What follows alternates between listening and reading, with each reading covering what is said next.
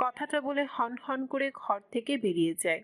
আসমানি নয়নের খারাপ লাগলো, আবার নিচের দিকটাও ভাবলো। আসলে আকাশকে বলা উচিত ছিল তার।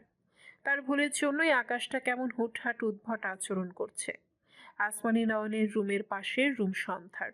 সে তার রুমে যাওয়ার সময় আকাশের মুখে টাকার কথাগুলো শুনতে পেয়ে দাঁড়িয়ে যায়। সে আসলে বুঝলো না এসবের কারণ। তবে সন্ধ্যার অবাক লাগে। এই ভদ্রমহিলা অনেক ভালো। অন্তত তার সাথে তো অনেক ভালো ব্যবহার করে। তার সৎমা এমন ভালো মানুষের হাতে তাকে তুলে দিল কেন? সে তো পারলে সন্ধ্যাকে জাহান্নামে পাঠাতে চায়। আর তার বাবা, তার মা মারা যাওয়ার সাথে সাথে তার বাবা হারিয়ে গেছে। সে শুধু সকাল আর সায়নের বাবা হয়ে গিয়েছে। তার আর সৌম্য ভাইয়াকে ভুলে গিয়েছে। মা মারা গেলে বাবারা বুঝি এভাবে স্বার্থপর হয়ে যায়। কথাগুলো ভাবতে গিয়ে কখন যে চোখ জোড়া ভরে উঠল মেয়েটির। সন্ধ্যা মাথা নিচু করে দাঁড়িয়েছিল। হঠাৎই জোরে সরে এক ধাক্কা খেয়ে ঠাস করে মেঝেতে পড়ে যায়। আকাশ তার মায়ের ঘর থেকে বেরিয়ে কোনো দিকে তাকায়নি। হন হন করে বেরিয়ে যাচ্ছিল, হঠাৎই সন্ধ্যার সাথে ধাক্কা খায়। সন্ধ্যা তো উল্টো পড়েছেই, আকাশ নিজেও তাল সামলাতে না পেরে সন্ধ্যার উপরই ঠাস করে পড়ে যায়। সন্ধ্যা আকাশ দুজনেই হতভম্ব হয়ে যায়। এমন অনাকাঙ্ক্ষিত ঘটনা কারোর ধারণাই ছিল না। আকাশ সন্ধ্যার দিকে তাকালে সন্ধ্যার ভেজা চোখ জোড়া তার দৃষ্টিতে পড়ে। সন্ধ্যা কথা বলতে পারে না। ঢোক গেলে দুহাত আকাশের বুকে রেখে আকাশকে ঠেললে আকাশ অদ্ভুতভাবে তাকায় সন্ধ্যার দু হাতের দিকে। সে এখনো সন্ধ্যার উপর বুঝতে পেরে বিড়বিড় করে। শিট। এরপর ধরফর করে উঠে দাঁড়ায় সন্ধ্যার উপর থেকে। সন্ধ্যা স্বস্তির নিঃশ্বাস ফেলে। সেও মেঝে থেকে দ্রুত উঠে দাঁড়াতে গিয়ে চোখ মুখ কুঁচকে নেয়। কোমরে বেশ ব্যথা পেয়েছে, তবে সেসব পাত্তা দিল না, বরং তাড়াতাড়ি করে উঠে দাঁড়ায়। এরপর কোনো দিকে না তাকিয়ে এক প্রকার দৌড়ে তার ঘরে গিয়ে দরজা আটকে দেয়। আকাশ তীক্ষ্ণ চোখে দেখল সন্ধ্যার প্রস্থান। পাশ থেকে আনিকা ভাবুক ভঙ্গিতে বলে, আন্টি বলল সন্ধ্যা তার মেয়ে, হিসেব মতে সন্ধ্যা তোর বোন। কিন্তু বোনের সাথে এমন রোমান্টিক মুভমেন্ট ক্রিয়েট হয়ে যাচ্ছে কেন বুঝলাম না। আকাশ ধমকে বলে। তখনকার থাপ্পড় এখন খেতে না চাইলে মুখ বন্ধ রাখো। ঘরের ভেতর থেকে আসমানি নয়ন বেরিয়ে এসে বলে। এখানে কি পড়ার শব্দ হলো? আকাশ কিছু না বলে সিঁড়ি বেয়ে উপরে উঠতে থাকে তার ঘরের দিকে। আনিকা মৃদু হেসে বলে, আকাশ পড়ে গিয়েছিল আন্টি। তোমার ছেলের শরীরে মনে হয় পুষ্টির অভাব পড়েছে, একটু বেশি বেশি খাওয়ায় তো। আসমানি নয়ন হাসল। তিনি ভাবলেন আনিকা মজা করছে। আনিকার বাবা আর আকাশের বাবা বিজনেস পার্টনার। তবে আকাশ আর আনিকার বন্ধুত্ব তাদের বাবার জন্য নয়, বরং কলেজ লাইফ থেকে আকাশ আনিকা সহ তাদের আরও দুজনের একটি ফ্রেন্ড সার্কেল ছিল। তখন থেকেই সবাই বেশ ভালো ফ্রেন্ড। বাকি দুজনের খোঁজ পাওয়া যায় না। আনিকারই আকাশের বাড়িতে একটু একটু যাওয়া আসা হয়। সন্ধ্যা পেরিয়েছে। প্রকৃতিতে হালকা দিনের আলো এখনো বিদ্যমান। ইরা কার্জন হলের সামনে মাঠে বসে আছে। দুহাঁটু জমা করে তার উপর চিবুক ঠেকিয়ে মলিন মুখে চেয়ে আছে। তার কিচ্ছু ভালো লাগে না। সকালের পর পর সৌম্য চলে গেলে ইরাও বাড়ি চলে গিয়েছিল। কিন্তু ওই আলিশান বাড়িতে ইরার মন টেকে না।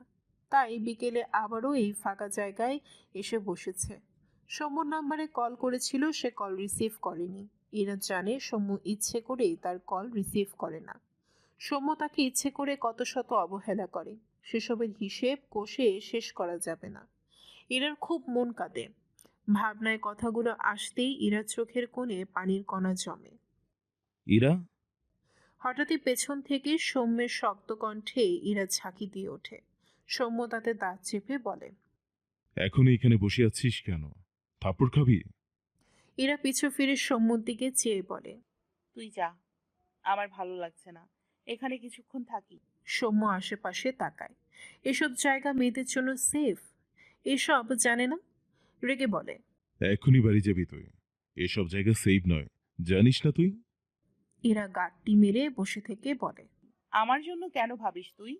সৌম্যর বিরক্ত লাগে, রেগে বলে। ইরা মাঠ থেকে উঠে সৌম্যের সামনে দাঁড়ায়, অনুরোধের স্বরে বলে, তোর কি হয়েছে আমাকে বলিস না কেন সৌম্য? তোর প্রবলেম সলভ করতে আমি হেল্প করতে পারি না? সৌম্য কিছু না বলে তার ডান হাতে ইরার বাঁ হাতের কবজি ধরে সামনের দিকে এগিয়ে যায়। ইরা অবাক হলো। সৌম্যর পিছু পিছু যায় আর তার ধরে রাখা সৌম্যর হাতের দিকে চেয়ে থাকে। মুখে একটুখানি হাসি ফুটল, তবে তা মিলিয়েও গেল। সে জানে সৌম্য একদিন তার থেকে হারিয়ে যাবে। ও সব সময় তার থেকে পালিয়ে বেড়ায়। সৌম্য কিছুটা হেঁটে গিয়ে একটি রিকশা দাঁড় করায়। ইরাদের বাসা চংখার পুল পর্যন্ত ভাড়া মিটিয়ে ইরার উদ্দেশ্যে ছোট করে বলে। রিকশায় ওঠ। ইরা কথা বাড়ালো না, চুপচাপ রিকশায় উঠে বসলো। সৌম্য গম্ভীর গলায় বলে। চেপে বস। ইরা অবাক হয়ে তাকায়। সৌম্য তার সাথে যাবে? যখন তারা শুধু বন্ধু ছিল তখন কত একসাথে বসেছে, কিন্তু হঠাৎই কেন যেন তাদের মধ্যে একটা প্রাচীর তৈরি হয়ে গিয়েছে। সৌম্য তাকে অ্যাভয়েড করতে শুরু করে। দীর্ঘশ্বাস ফেলে ডান দিকে একটু চেপে বসলে সৌম্য রিকশায় উঠে বসে। এরপর মৃদুস্বরে বলে। বাবা চলো। ভদ্রলোক রিকশা চালানো শুরু করে। এরা দুহাত জমা করে রাখে। রিকশার ঝাঁকুনিতে সৌম্যর হাতের সাথে ইরার হাতে ধাক্কা লাগে। সৌম্য খুব স্বাভাবিকভাবে বসে আছে, দৃষ্টির সামনে রাস্তার পানে। আবার একটু পর পর ফোনে কিছু করছে। ইরা মাঝে মাঝে আর চোখে সৌম্যর দিকে তাকায়। শ্যামবর্ণের ছেলে সৌম্য। ইরার চোখে সৌম্যকেই ধরে। হাজারো ফর্সা ছেলেদের ভিড়ে বারবার ইরার চোখ আটকে যায় শ্যামবর্ণের সৌম্যতে। সৌম্যর চোখ দুটো বেশ সুন্দর, চোখ লাগে ভীষণ। প্রথম যেদিন সৌম্য তাদের বাড়িতে গিয়েছিল সেদিন তার মা সৌম্যকে দেখে মন্তব্য করেছিল, ইরা ভীষণ হেসেছিল সেদিন তার মায়ের কথায়। সৌম্য বিব্রত বোধ করেছিল। ইরা কত মজা করেছিল সৌম্যর সাথে। সৌম্য রেগে যাচ্ছিল, কিন্তু কিছু বলতে পারছিল না।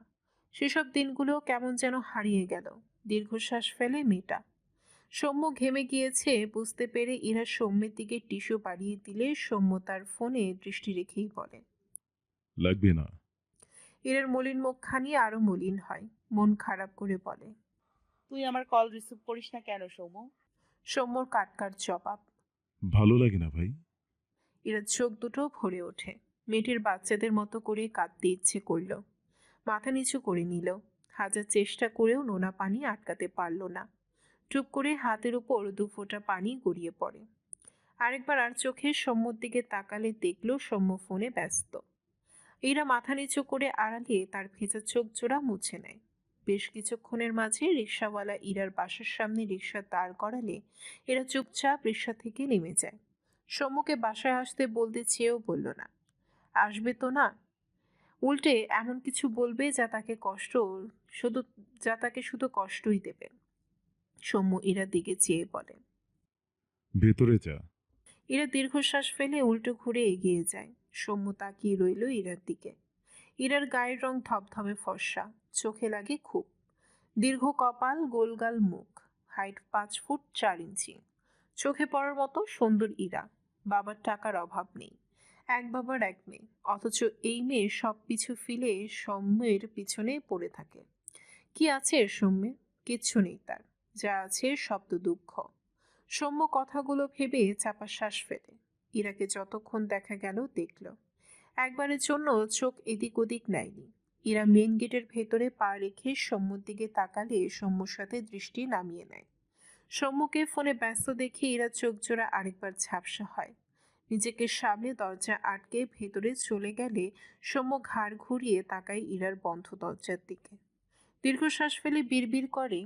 তোর সুখ প্রাপ্য ইরা, কিন্তু আমার খাতায় সুখের পরিমাণ যে শূন্য।